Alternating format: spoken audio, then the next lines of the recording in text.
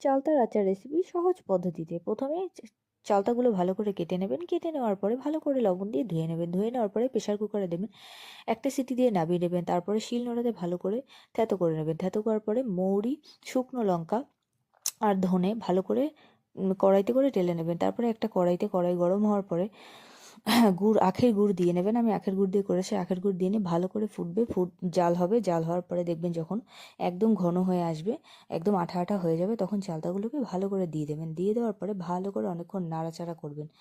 নাড়াচাড়া করতে করতে যখন এটা টেনে আসবে, অনেকক্ষণ ধরে নাড়াচাড়া করতে হবে। তারপরে এই লঙ্কাটা মিক্সিতে গুঁড়ো করে নেবেন। তারপরে এই লঙ্কার গুঁড়োটা ভালো করে ছড়িয়ে দেন, মিশিয়ে নিয়ে আস্তে আস্তে আস্তে আস্তে জাল দেবেন। জাল দিলে এটা আস্তে আস্তে রঙটা চেঞ্জ হতে থাকবে।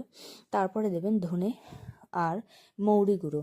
এই গুঁড়োটা দেওয়ার পরে ভালো করে নাড়তে থাকবেন, নাড়তে নাড়তে একদম সুন্দর কালার চলে আসবে, তৈরি হয়ে যাবে চালতের আচার।